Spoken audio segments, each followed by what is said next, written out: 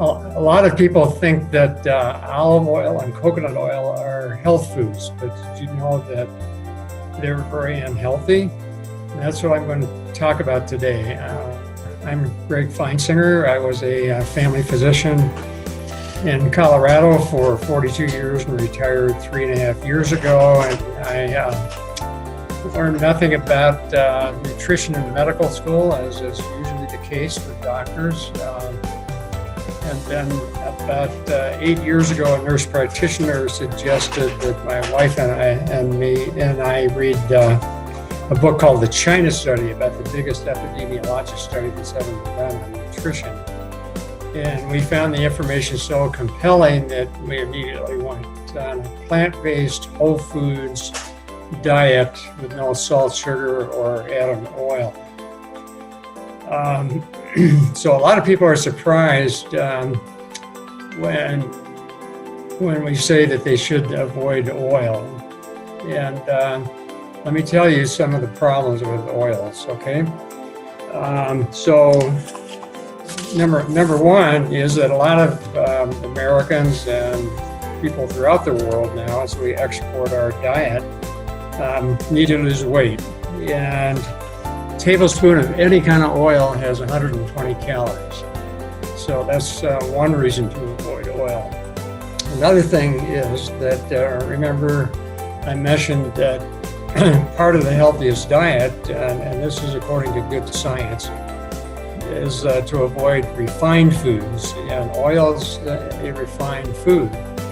So no problem putting a few olives on your salad, but olive oil is refined, and through the refining process, it loses most of its nutrients. So it has a very poor nutrient per calorie ratio.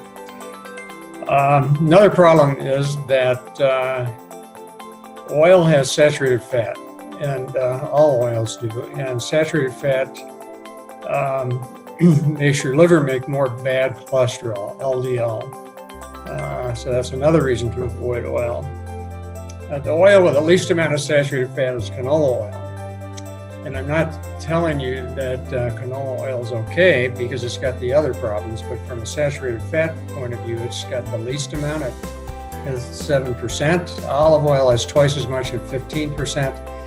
And coconut oil has the most at 93%. So coconut oil is very unhealthy for people, and all the hype on the internet is put on there by people making money selling coconut products. Another problem with oil is this. So it's important for optimal health to have the omega-6 to omega-3 ratio in our blood about 1-to-1, or at the most 2-to-1. Most Americans have a ratio of 10-to-1 to 30-to-1, so way too much omega-6, way too little omega-3. And that imbalance causes a lot of chronic diseases that we suffer from in Western societies, and such as depression, inflammation, heart disease, diabetes, and even cancer. Another problem is that oil is addictive. So the food industry has people hooked on salt, sugar, and fat. And the restaurant industry makes use of that issue as well. They like to cater to people's appetites and addictions, and that would be salt, sugar, and fat. So oil is a fat, and it's very addictive.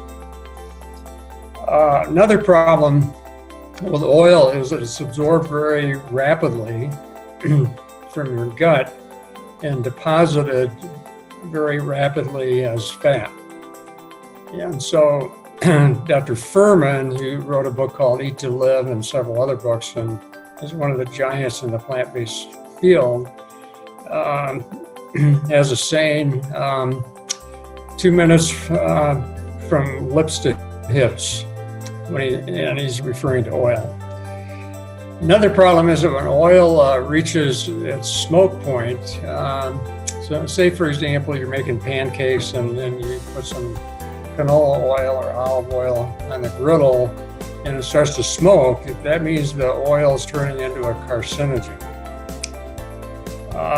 Finally, oil has been shown to damage the very delicate but very important organ system that lines our arteries called the endothelium. And so for all these reasons, you should avoid oil. So I would make that a challenge for you to avoid any kind of oil in your diet, any kind of added oil. Now, you don't have to use oil for baking. You can substitute ground flaxseed or unsweetened applesauce is what I recommend. And then when you saute things, you also don't need oil. You can use water, you can use wine, you can use vinegar, you can use vegetable broth. And they're just the juice from the vegetables, really. Now, it is true that you do need some healthy fats, but again, not in the form of oil. So you can get healthy fats through eating a handful of nuts every day, and walnuts are the best, followed by pecans and almonds and even peanuts, which technically aren't a nut, they're a legume, but nutritionally speaking, they're like nuts. And then you should, if you're on a plant-based diet, you should also eat 1 or 2 tablespoons of ground flaxseed every day. So your body converts the flaxseed and the nuts to omega-3, which is very important for brain health.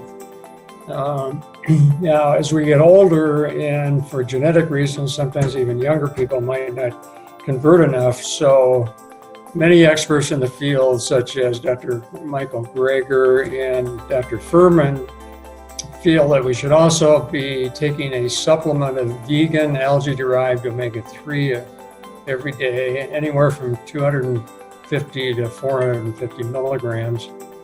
You can get vegan algae-derived omega-3 on Dr. Furman's website, and or at most health food stores.